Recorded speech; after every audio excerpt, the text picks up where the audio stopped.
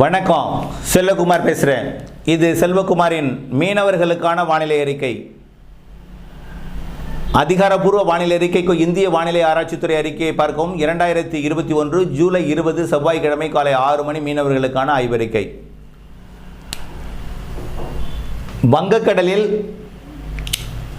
ஆந்திர கரையோரம் காற்றழுத்த தாழ்வு நிலை உருவாகி அது காற்றழுத்த தாழ்வு பகுதியாக ஒடிசா கரையோரம் நிலை பெற இருக்கிற காரணத்தினாலும் ஏற்கனவே தரைப்பகுதி வழியாக பயணித்து கொண்டிருந்த, அதாவது இந்த தரைப்பகுதியிலிருந்து இங்கே பயணித்து நிலை கொண்டிருக்கக்கூடிய தாழ்வு பகுதியினால் காற்று இங்கே அரபிக்கடலோட வடக்கு பகுதியெல்லாம் லட்சத்தீவெல்லாம் வலுவாக வீசிக்கொண்டிருக்கிறது. இந்த பகுதி ஏற்கனவே வீசிக்கொண்டிருக்கிறது. இங்கிருந்து பசிபிக் பெருங்கடலில் இருக்கக்கூடிய இன்ஃபா புயலுக்கு காற்று வேகமாக பயணித்துக் கொண்டிருக்கிறது. மேலும் தென்சீன கடல் பகுதியில் இருக்கக்கூடிய தாழ்வு மண்டலத்துக்கும் பயணித்துக் கொண்டிருக்கிறது. அதை விட நம் பகுதியில் நீடித்துக் கொண்டு உருவாகி இருக்கக்கூடிய தாழ்வு நிலையை நோக்கி இனிமேல் பயணிக்க இருக்கிறது காற்று. இன்று முதல் இப்படி பசிபிக் பெருங்கடல், தென்சீன கடல், இது நம்ம வங்கக்கடலோட வடக்கு பகுதிக்கு பயணிக்க இருக்கிறது.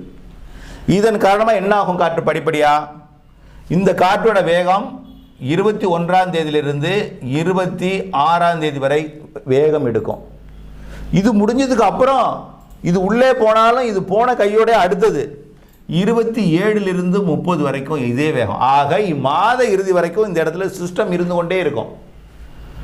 நம்ம நேற்று சொன்னது அதே தான். இதனால காற்று என்ன ஆகும் பார்த்தீங்கன்னா, இந்த காற்று இந்த பகுதி எல்லாமே நல்லா வலுவான காற்றாக இருக்கும். இந்த பகுதி எல்லாமே பாருங்க, இந்த பகுதி எல்லாமே வலுவான காற்றாக இருக்கும். சுற்றுப்புறம் எல்லாமே 10 நாட்களுக்கு. அப்போ எங்கள் தமிழகத்திலேருந்து கரை ஒட்டி தான் குறைவாக இருக்கும். இது கரை ஒட்டி கூட 35 கிலோமீட்டர் வேகம், 45 கிலோமீட்டர் வேக காற்று இருக்கும் வர்ற நாட்களில். கொஞ்சம் ஆழ்கடலுக்கு போனீங்கன்னா 55-65 இருக்கும். இது எப்போ? எங்கோ வங்கக்கடலோட தெற்கு வங்கக்கடல் பகுதி, அதாவது அந்தமானுக்கும் இலங்கைக்கும் இடைப்பட்ட கடல் பகுதி, அந்தமான் கடற்பகுதி, ஆந்திர கரையோரம், அந்தமான் கடற்பகுதி எல்லாமே, இந்த பகுதி எல்லாமே கடுங்காற்று இருக்கும் வர்ற 10 நாட்களுக்கு. அது இல்லாமல் இந்த சிஸ்டம் இங்கே போகிறதுனால இந்த சிஸ்டம் இது போனதுக்கப்புறம் இந்த சிஸ்டம் இங்கே வரும், அது போனதுக்கப்புறம் இன்னொரு சிஸ்டம் இங்கே வரும். இதனால் இந்த கடற்பகுதியிலையும் காற்று வலுவாக இருக்கும் தொடர்ந்து 10 நாட்களுக்கு. இது மட்டுமல்ல, இந்த காற்று, இந்த தெற்கு அரபிக்கடல், தென்கிழக்கு அரபிக்கடல் காற்று இப்படி வலுவாக பயணிச்சுட்டு இருக்கோம். இதுலேயும் பயணிச்சுட்டு இருக்கோம். கணவாய் பகுதி வழியாக பயணிக்கும். ஆரல்வாய் மொழி கணவாய், ஆரியங்காவு கணவாய், அப்புறம் பாலக்காட்டு கணவாய், அப்புறம் கர்நாடகாவோட தெற்கு பகுதி, அப்புறம் கர்நாடகாவோட வடக்கு பகுதி மற்றும் வடக்கு ஆந்திர பிரதேசம், தெலுங்கானா வழியாகவும், அடுத்து மகாராஷ்டிராவோட கடலோர பகுதி வழியாக, மகாராஷ்டிராவோட உள்பகுதி மற்றும் சத்தீஸ்கர் வழியாக, ஒடிசா வழியாக இங்கேயும் இப்படி பயணித்து கொண்டே இருக்கும். ஆக மீனவர்களுக்கான எச்சரிக்கை பார்த்தீங்கன்னா, மன்னார் வளைகுடாவிலையும் கடுங்காற்று இருக்கும், குமரி கடல் பகுதியிலையும் கடுங்காற்று இருக்கும் வர்ற 10 நாள். ஆக நாம் ஏற்கனவே சொன்னது தான், 20ஆம் தேதி வரைக்கும் தான் கடலில் கொஞ்சம் அச்சமின்றி மீன் பிடிக்கலாம். அதுவும் கொஞ்சம் எச்சரிக்கையோடு இருக்கணும். 21லிருந்தே காற்றோட வேகம் எங்கெங்கெல்லாம் கூட இருக்கும்? ஆந்திர கடலோரம், தமிழகத்தின் ஆழ்கடல் பகுதி, இலங்கைக்கு அப்பால் இருக்கக்கூடிய இலங்கைக்கும் அந்தமானுக்குடைய கடற்பகுதி, அடுத்தது அரபிக்கடலோட கேரளா ஒட்டிய கடற்பகுதியிலிருந்து குஜராத் வரைக்கும் உள்ள எல்லா கடற்பகுதியும், அடுத்தடுத்த நாட்களில் 22, 23 தேதிகளில் கன்னியாகுமரி குமரி கடல் பகுதி, மன்னார் வளைகுடா பகுதி, வாக்ஜல சந்தி பகுதி, ராமேஸ்வரம் பகுதி, இந்த பகுதியெல்லாம் கடுங்காற்று இருக்கும். ராமேஸ்வரம் பகுதியை பொறுத்த வரைக்கும் 23, 24, 25, 26 தேதிகள் எல்லாம் ராமேஸ்வரம், பாம்பன் பாலம் பகுதியிலெல்லாம் கடுமையான காற்று தென்மேற்கு திசையிலிருந்து வடகிழக்கு திசை நோக்கி மாலை நேரத்தில் வலுவாக இருக்கும். மாலை முன்னிரவு நேரங்கள்லாம் வலுவாக இருக்கும். அப்புறம் பாலக்காட்டு கணவாய் பகுதிக்கு கேரளாவிலேருந்து கடலோரத்திலேருந்து காற்று கடற்கரை நோக்கி வரும். அந்த காற்று பாலக்காட்டு கணவாயில் நுழைஞ்சி தாராபுரம் பகுதியிலெல்லாம் வலுவான காற்று. இதெல்லாம் தரைப்பகுதியில் இருக்கக்கூடிய இந்த விவசாயிகள் அச்சப்பட வேண்டாம்.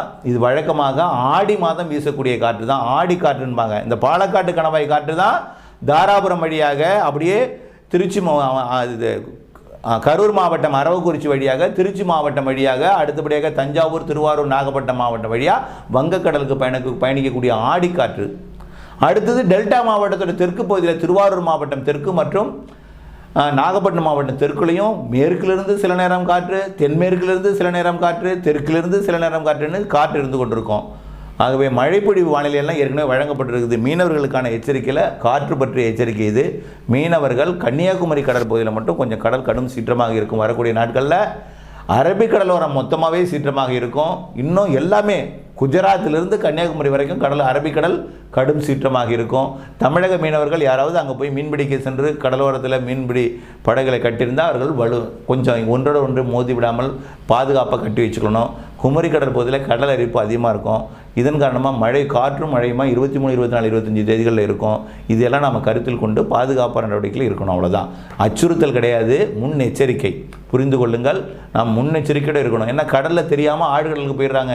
திடீர்னு காற்று வீசும் பொழுது திசை மாறி போய் அடுத்த நாடுகளுக்கும் அடுத்த அண்டை நாடுகளுக்கும் பிற சிக்கலான நாடுகளுக்கெல்லாம் போய் சிக்கலை ஏற்படுத்துகிற காரணத்தினால, ஆகவே தயவுசெய்து எச்சரிக்கையுடன் இருந்து கரையில் மீன் பிடிச்சிருந்தால் கூட 22ஆம் தேதிக்குள்ளே கரை திரும்பி 30ஆம் தேதி வரைக்கும் அதற்கு அடுத்து எப்படி வானிலை இருக்கும் என்பதை அறிந்து கடலுக்கு செல்லவும், அந்த நேரத்தில் பிற பணிகள் பழுது நீக்கும் பணிகளை செய்து கொள்ளவும் கேட்டுக்கொள்கிறேன். நன்றி.